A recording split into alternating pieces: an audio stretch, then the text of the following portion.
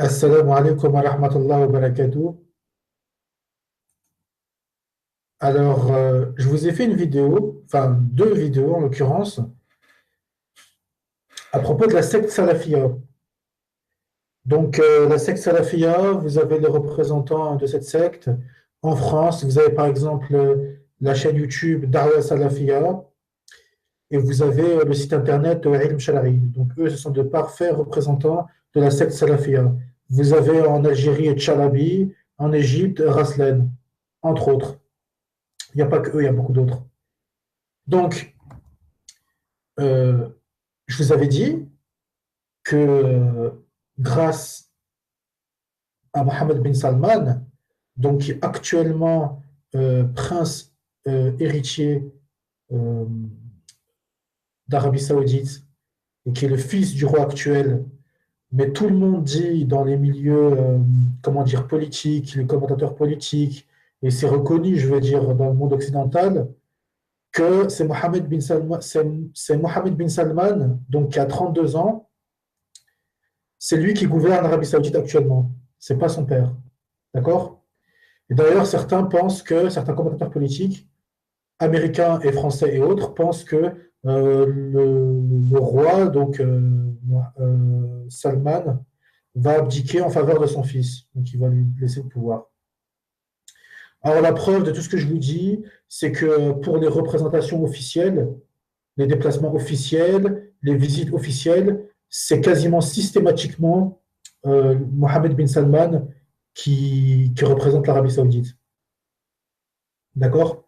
Et par exemple, pour la cérémonie d'ouverture de l'Hajj cette année, c'était également Mohammed bin Salman.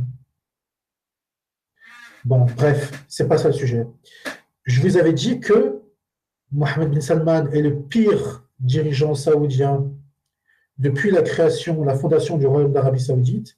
C'est le pire à tous les niveaux, aussi bien en termes de éloignement vis-à-vis de la religion, en termes de alliance avec les ennemis des musulmans, et en termes de tyrannie, de crimes d'oppression, etc. Donc c'est lui qui a la manœuvre au Yémen, c'est lui qui a la manœuvre dans la fitna qui est en train de se passer au Qatar, où ils essayent d'asphyxier nos frères qataris. Alors, je ne parle pas de l'émir du Qatar, je parle de nos frères qataris, d'accord? Donc, le peuple. Donc, c'est lui qui a la manœuvre sur tout un tas de choses de ce genre. Plus le complexe, la grande région qui va le faire en Arabie Saoudite, qui fait 200 qui longe 200 kilomètres de plage, dans lequel les femmes pourront se trimballer en bikini, au milieu d'hommes, etc., etc. Bon, bref. Donc, je vous avais dit qu'il allait faire des choses. Et quelques jours plus tard, vous avez des arrestations en grand nombre de prédicateurs et d'intellectuels saoudiens, dont la plupart, c'est parce qu'ils n'ont pas pris position en faveur de l'action du gouvernement saoudien. Donc, Salman al-Aouda, par exemple, il a fait un tweet dans lequel il a loué Allah subhanahu wa ta'ala parce qu'il pensait à tort que l'Arabie Saoudite et le Qatar avaient trouvé un terrain d'entente. Et donc, il s'est fait arrêter sur la base de ça. Je vous avais dit que la secte salafia va se réjouir de cette arrestation. Et donc, j'ai fait. C'est pas une prédiction, c'est parce que je les connais. C'est pas une prédiction, c'est je les connais. Si vous les connaissez, si vous savez comment ils pensent, eh ben vous pouvez anticiper leur réaction. Donc, moi, je m'attendais à ce que des représentants de la secte salafia se réjouissent de l'arrestation de ces chers. Et j'ai pas eu tort, ils ont fait leur boulot. Donc, dans la page Facebook, les pieux prédécesseurs. Alors, il faut qu'on nous explique c'est qui les prédécesseurs, parce que apparemment, ils ne suivent pas les mêmes que les nôtres. Peut-être que les prédécesseurs qui suivent, c'est Karun, c'est Nemrod, et c'est ce genre de tyran. C'est Kesra peut-être. Peut-être c'est eux qui suivent. Moi, je sais que les prédécesseurs, ils ne sont pas du côté des tyrans. Bon, bref, peu importe. Ils se sont réjouis et j'ai fait une vidéo. Et je vous avais dit 2 fois que, qu'il faut voir un bien dans le fait que Allah ait choisi Mohammed bin Salman pour être le prochain roi d'Arabie Saoudite, parce que grâce à lui, on va voir les hypocrites d'Arabie Saoudite. On va les voir. Avant, on ne pouvait pas les voir. Mais on va les voir grâce à lui. Alors, regardez cet article. Donc, sur le site Le Libre Penseur. Bon, en général, je prends avec des pincettes les informations qui viennent de ce site-là. Ça veut dire que je les vérifie. D'accord? Donc, quand, quand je vais sur les sites genre égalité et réconciliation, le libre penseur, etc., ou genre Spoutnik, je vérifie les informations, je ne les prends pas telles quelles, d'accord? Alors ici, il faut savoir que je prends cette information-là parce que c'est carrément la vidéo, on la voit, il parle. Et pour ceux qui comprennent un peu l'arabe, il dit vraiment ce qui est écrit ici, il le dit.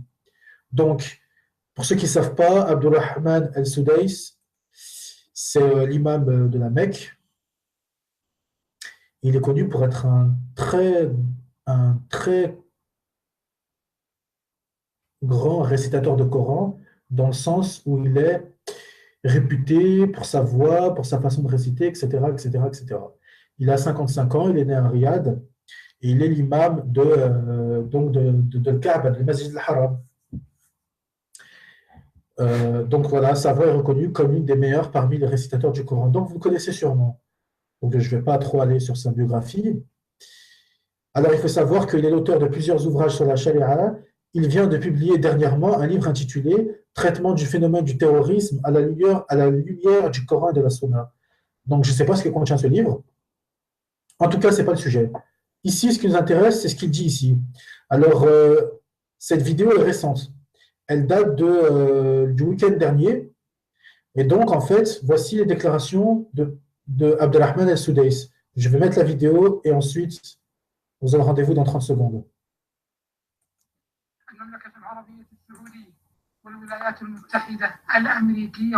Je mets en arrière, excusez-moi. المملكة العربية السعودية والولايات المتحدة الأمريكية وهما قطب هذا العالم بالتأثير يقودان ولله الحمد والمنة بقيادة خادم الحرمين الشريفين وأيضا الرئيس الأمريكي العالم والإنسانية إلى مرافق الأمن والسلام والاستقرار والرخاء ونسأل الله تبارك وتعالى أن يسدد الخطى وأن يبارك في الجهود وأن ينفع بهذا المؤتمر وأن يجمع. Bon. Vous avez entendu ce qu'il a dit? Vous avez entendu ce qu'il a dit? Donc on va reprendre. Écoutez. Aujourd'hui, Eliom, c'est aujourd'hui. Aujourd'hui. Aujourd'hui, l'Arabie Saoudite et les États-Unis, 2 pôles d'influence dans le monde, dirigés respectivement par la grâce d'Allah, par le serviteur des lieux saints et le président américain, mènent le monde et l'humanité vers un havre de sécurité, de paix, de stabilité et de prospérité. Vous avez bien entendu, il a vraiment dit ça. Il a dit, dirigé respectivement par la grâce d'Allah, par le serviteur des lieux saints et le président américain. Et donc, les États-Unis et l'Arabie Saoudite mènent le monde vers un havre de paix, de sécurité, de stabilité. Vous vous rendez compte de ce qu'il vient de dire? Alors, je ne vais pas dire que c'est un hypocrite. J'avais du respect pour lui, entre parenthèses. Je ne vais pas dire que c'est un hypocrite parce que je vais prendre une précaution et je vais considérer que soit ils l'ont drogué, ils lui ont mis quelque chose, ou il est sous l'effet de substance ou de quelque chose qui fait qu'il peut dire une phrase d'une telle folie. Vous savez ce qu'il vient de dire? Si vous le faites écouter à des représentants ou à des personnalités politiques, si vous faites écouter ce qu'il vient de dire à Mélenchon, il va dire il a fumé un joint. Il va dire il dit n'importe quoi. C'est l'inverse. Il va le mener vers la guerre et vers la déstabilisation. Comment il peut faire l'éloge et dire dirigé respectivement par la grâce d'Allah, par le serviteur des siens et le président américain? Par la grâce d'Allah, Donald Trump, ça veut dire que c'est bien qu'on est Donald Trump, c'est bien. Vous savez, là, ce qu'il vient de dire, c'est comme s'il disait quoi? Par la grâce d'Allah, ma voisine s'est fait violer. C'est la même chose. Non, en mille fois pire. C'est en mille fois pire. C'est comme s'il disait, par la grâce d'Allah, ma voisine s'est fait violer. Par la grâce d'Allah, le bébé du troisième étage, il s'est fait manger par un loup.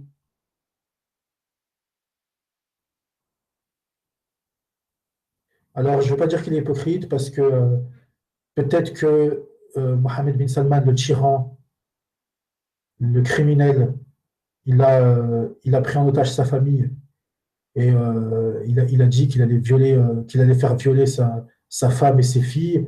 Je- il- Parce qu'on sait que c'est un tyran, on sait que c'est un grand criminel. Et je dis pas que c'est un hypocrite aussi parce que peut-être qu'ils lui ont mis quelque chose dans ce qu'il a bu. Peut-être qu'il a bu du café ou du thé et qu'il y avait quelque chose dedans. Et voilà. Donc je vais prendre cette précaution. Mais en tout cas, le discours qu'il vient de tenir, c'est celui d'un hypocrite. Le discours. Donc je ne dis pas que lui, c'est un hypocrite parce que je garde la possibilité qu'ils ont retenu sa famille en otage et ils ont dit, ouais, tu fais pas ça, on va violer ta femme et ta fille. Parce que ça ne m'étonnerait pas qu'ils en soient capables, les tyrans actuels d'Arabie Saoudite, que la page Facebook, les pieux prédécesseurs disent qu'Allah les préserve au lieu de dire qu'Allah les guide. Donc voilà. En tout cas, le discours qu'il a tenu, c'est un discours hypocrite et vous allez voir que ça va s'enchaîner. Pourquoi? Parce que en fait, Mohammed bin Salman, c'est quelqu'un qui est comment il avait été décrit par les services de renseignement allemands, ils avaient dit que c'est un political gambler, ça veut dire que c'est un joueur de poker, c'est comme un joueur de poker, mais il joue avec la politique. Et il disait aussi que c'était quelqu'un qui allait déstabiliser toute la région, c'est-à-dire en langage de rue, qui va foutre le boxon dans tout le Moyen-Orient. Et c'est ce qu'il est en train de faire. Il a ruiné, il a détruit le Yémen, et là, il est en train de foutre il est en train d'essayer d'asphyxier nos frères du Qatar. Donc là, on a affaire à un discours d'hypocrite pur, c'est-à-dire quelqu'un qui est totalement hypocrite. C'est un discours d'hypocrite pur, mais gardons la possibilité que sa famille est retenue en otage, ou alors qu'on lui a mis quelque chose dans ce qu'il a bu, ou alors qu'il est devenu fou. Ou alors qu'il est devenu fou. On va garder cette possibilité-là. Voilà. Mais le discours, lui, c'est un discours d'hypocrite. Alors, attendez-vous à ce que ça va s'enchaîner. Parce que, en fait, Mohammed bin Salman, la différence qu'il y a entre lui et ses prédécesseurs, c'est que ses prédécesseurs, ils disaient soit tu nous soutiens, soit tu fermes ta gueule. Le roi Abdallah, le roi Fahed avant lui, etc., etc. C'était quoi leur position? C'était tu nous soutiens ou tu fermes ta gueule. Ou alors tu parles de choses qui n'ont rien à voir avec ce qu'on fait. Donc tu parles de faites la prière, il n'y a pas de problème, on parle de ça. Khaled Rachid, ils l'ont laissé parler autant qu'il voulait, jusqu'au moment où il a fait ce qu'il ne fallait pas faire. Il a appelé au boycott du Danemark. Or, le Danemark, il a des relations commerciales avec l'Arabie Saoudite. Et donc là, il y avait des intérêts économiques, et là, ils sont tombés dessus. Mais si Khaled Rachid il continuait, qu'Allah le libère, s'il continuait sa darwa, qui était une bonne darwa, parce que il ne faut pas dire oui, euh, il ne parle pas de politique, il ne parle pas de ces choses-là. Le jour où il fallait parler de politique, il a parlé de politique. Mais ce n'était pas son domaine, voilà. C'était pas son domaine d'expertise, c'était au niveau individuel, tu te réformes. C'était ça son domaine d'expertise. Et il a prouvé qu'au moment où il fallait parler, il a parlé. Et là, il est en prison depuis plus que 10 ans. Qu'Allah le libère. Et qu'Allah assiste sa famille, qui ne l'ont pas vu leur père depuis je ne sais pas combien de temps, qui vivent sans leur père, surtout sa femme et ses enfants, surtout sa femme. C'est horrible pour une femme que son mari soit en prison, qu'elle soit séparée de son mari, surtout s'il n'a rien fait. Et surtout s'il a défendu l'honneur du prophète, alayhi salatu wassalam. Donc, le jour où il a fallu parler, il a parlé. Cheikh Abdelaziz El Tarifi, qu'Allah le libère lui aussi. Il a parlé, le jour, il a parlé, et à un moment, Mohamed bin Salman, il l'a fait mettre en prison. Ça y est, il a dit, c'est bon, on ne va plus tolérer. Il l'a fait mettre en prison. La secte salafia se réjouit de ça, se réjouit que Khalid Rashid est en prison, se réjouit que Cheikh Abdelaziz Tarifi est en prison. Il était dans la liste des personnes à qui il faut mettre en garde sur Ibn Shalari en tant que takfiri et que khawarij. Pourquoi takfiri et khawarij? Parce qu'il faisait que répéter ce que disait Ibn Taymiyyah, rahimahullah, Ibn Kathir, rahimahullah, Ibn Hazm, rahimahullah, etc., etc., etc., etc., etc., etc. Et il faisait que répéter ce que disait l'ancien moufti d'Arabie Saoudite, donc avant Bin Baz. Il faut savoir que l'ancien moufti d'Arabie Saoudite, avant Bin Baz, il tenait des positions qui étaient similaires à ceux de Ibn Kathir, Ibn Taymiyyah, etc., etc., etc.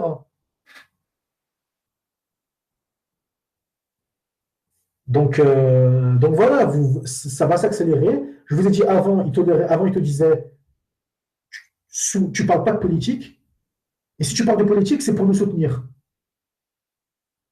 Voilà, c'était ça la position des anciens rois d'Arabie Saoudite. Maintenant, Mohammed bin Salman, il ne veut pas ça. Non, non, non, non, non. Il veut que tu parles de politique et il veut que tu le soutiennes. Et si tu te tais, tu vas en tôle. Il ne tolère pas que des gens se taisent. Tu dois parler, tu dois soutenir. Pourquoi est-ce qu'ils l'ont sorti? Vous croyez que c'est lui qui est venu, il a dit, tiens, j'ai envie de dire ça? Vous savez, je vais vous dire une chose. Je vais vous dire une chose. Si les paris étaient autorisés, je suis prêt à parier la moitié de mon compte en banque. Bon, je n'ai pas énormément sur mon compte en banque, mais je suis prêt à parier la moitié qu'ils l'ont forcé à faire ça. En gros, c'est pas lui tout seul. On lui a demandé qu'est-ce que tu penses de ça. Ils l'ont forcé et ils l'ont mis là exprès. Et que lui, il aurait voulu ne rien dire. Alors, j'espère qu'il était sous la contrainte et que c'était une grosse contrainte, genre, on va violer ta femme et ta fille, elle est détenue, elle est détenue par la police. Si tu fais pas ça, on va les violer. J'espère que c'est quelque chose comme ça, parce que sinon, c'est assez grave quand même pour lui. Et c'est vraiment dommage. C'est vraiment dommage. Et j'espère que les frères qu'on a en Arabie Saoudite, qui occupent des postes de prédication et qui sont chers, qui sont imams, j'espère qu'ils ne ils vont pas succomber à la peur. Parce que c'est ça le climat qu'il est en train d'essayer d'instaurer, le tyran que sont en train de défendre la secte salafia. Donc, qu'ils ne vont pas céder à la peur et que s'ils pensent qu'ils n'ont pas la force nécessaire pour résister, et ben, peut-être qu'ils devraient envisager de changer de métier et entre guillemets, passer dans la société civile. Mais est-ce qu'ils savent faire quelque chose à part ils ont étudié la religion, est-ce qu'ils peuvent devenir maçons, est-ce qu'ils peuvent devenir je sais pas moi. Je sais pas moi. Mais ils vont tous être mis, ils vont tous être testés là. Mohamed bin Salman, il va vouloir que chacun d'eux prenne une position en leur faveur, publiquement. Publiquement, il doit prendre position en leur faveur. Et c'est quand même assez grave parce que regardez les choses qu'on leur force à dire. Ils vont leur forcer à accepter le bikini. Ils vont leur dire, vous devez dire que c'est bon, qu'il n'y a pas de problème. Et le bikini, je vous ai dit que c'est rien, le bikini, c'est rien, c'est l'entrée, ça. Vous allez voir les choses qui vont venir. Vous allez voir les choses qui vont venir. Je vais faire d'autres vidéos parce que je sais qu'il y a d'autres articles encore pires que ça qui vont sortir. Je le sais, c'est que le début. Vous allez voir. Vous allez voir qu'on va se revoir et qu'on va devoir refaire une vidéo dans laquelle je vais vous sortir une nouvelle info et je vais vous redire, je vous avais dit, Mohamed bin Salman, il va faire sortir les hypocrites de leur trou. Il va faire sortir les hypocrites de leur trou. Et je le redis encore une fois, je ne dis pas que Souda est un hypocrite, je dis qu'il a tenu des propos d'hypocrite dans cette vidéo. Ces propos, ce sont des propos d'hypocrite, mais je garde la possibilité qu'il est sous l'influence de substances qu'on lui a mis, ou alors qu'on a pris sa famille, qu'on lui a dit, si tu ne fais pas ce qu'on te dit, eh ben, ta femme et ta fille, on va la violer. Voilà, je garde ça ou alors qu'il est devenu fou, ils l'ont frappé sur la tête, je ne sais pas ce qu'ils lui ont fait. Et on va se revoir sur cette histoire, on va se revoir. On va se revoir, Inch'Allah. Vous allez voir que c'est que le début et ça va être de pire en pire. Sur ce, salam alaikum wa rahmatullahi wa barakatuh.